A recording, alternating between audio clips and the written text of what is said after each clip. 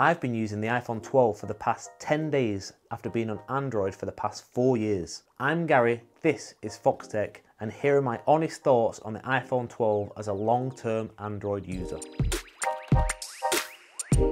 Let's get straight into the design because there's no denying it. The build is awesome. I love it, honestly. The totally flat glass on the front and the back, flanked by the aluminium on the sides, looks and feels so clean. Like, it actually feels sharp in your hands, but it's great to hold and it stands up on its own. It's a really proud phone. Most people will put a case on it though, just like I spoke about in my previous video, which I found really interesting, so go and check that out if you haven't already. The display has been upgraded from the LCD on the iPhone 11 last year to an OLED display this year, and it looks great. But there's been a major miss from Apple's side, and you've probably guessed it already. 120Hz refresh rate ProMotion is not on any iPhone 12. Yeah, simple as that. It's not here, and it should be, so I'm gonna rant about it. To those that are defending Apple for not having a high refresh rate display, it should have been there this year. They should have brought it. They shouldn't have chosen 5G over a high refresh rate. They should have brought both. So many Android phones have a high refresh rate, and I'm bored of people defending Apple. I'm not saying the iPhone is bad, or that the screen is bad, but for those who say the average consumer won't notice and it's not something that they want, neither is Dolby Vision. A lot of people have never even tried high refresh rate on smartphones, so they don't even know how good it is. If it wasn't something that Apple thought was beneficial to introduce, then why does the iPad Pro have it? Yes, it's an LCD display, but they push for ProMotion, and when it comes to future iPhones, all the people defending Apple now will be the ones hyping up high refresh rate when it finally makes its way to iPhones. That notch though, yes, it's there, it's the same size as it's always been on iPhones, and I just wish it wasn't there if I'm honest. After coming from Android phones with small hole punches, I just wish Apple would show some more courage and take away the notch, just as easy as they took away the headphone jack and the power brick.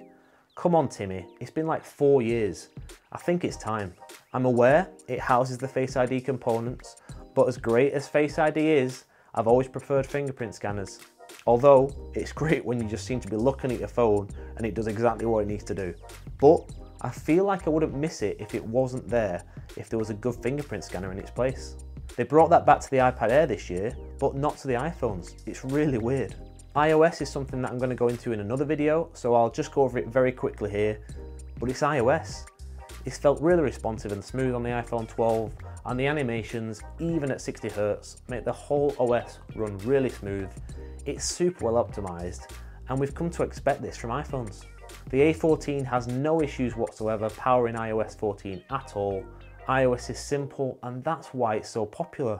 I'm not a huge fan of Apple restricting where we can place home screen apps. I still can't believe that this is a thing in 2020 on iOS. People should be able to move icons anywhere they want them. There's also no split screen on iPhones. What? With these massive displays, I still can't use 2 apps alongside each other?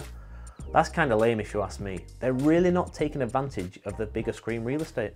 The customization on iPhones is so limited that it does frustrate me at times, but other benefits could outweigh the negatives for many people.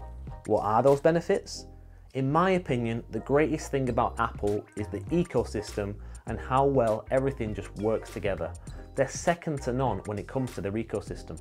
I got my first ever Apple Watch, the Series 6, alongside the iPhone 12, and they work incredibly well together. I did have a problem where one of my runs didn't sync over to the activity app, and then for some reason all activities didn't sync for about 4 days, so I had to do a hard reset of the watch and start again from scratch. But since then it's worked great.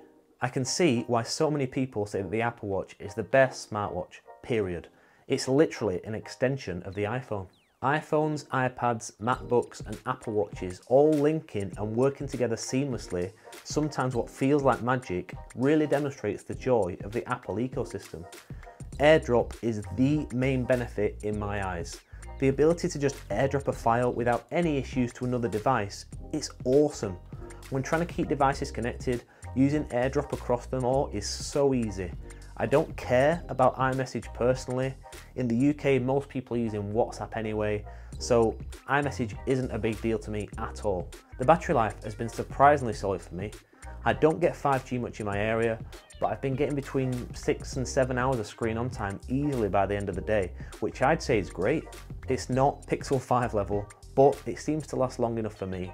It charges kind of slow at times at 15 watts, when other companies are introducing charging at double and sometimes triple or quadruple the speed of the iPhone 12.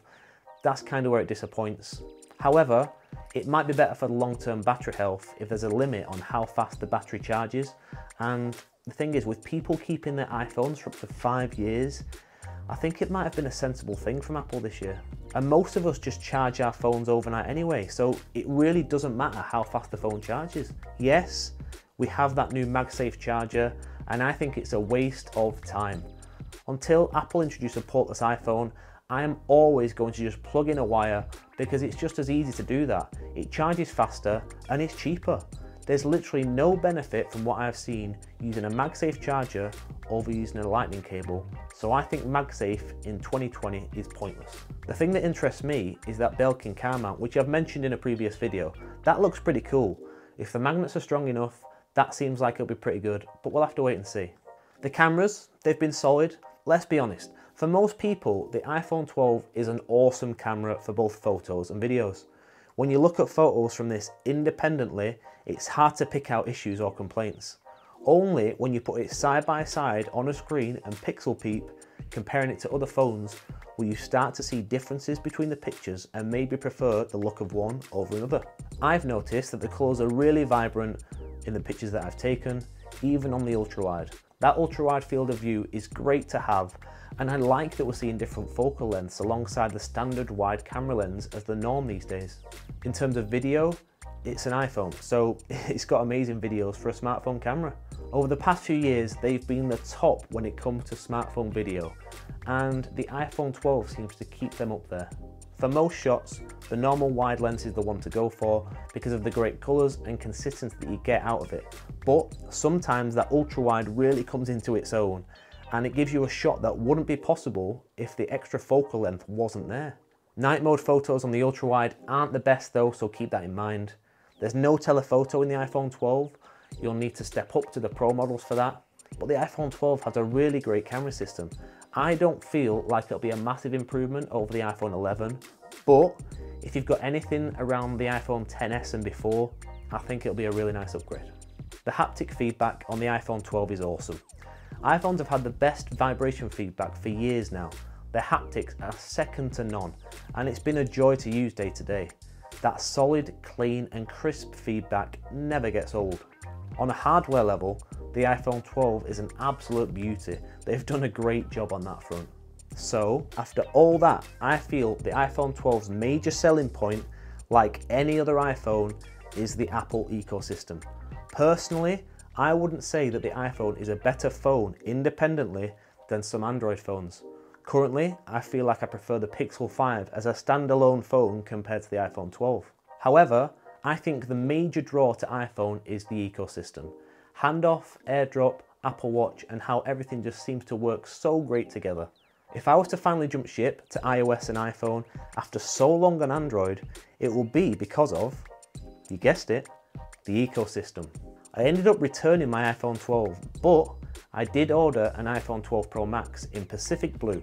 I want to see what the best of iPhone has to offer. No, it doesn't have a high refresh rate or fast charging or a fingerprint scanner. It's got a massive notch and it's expensive as hell.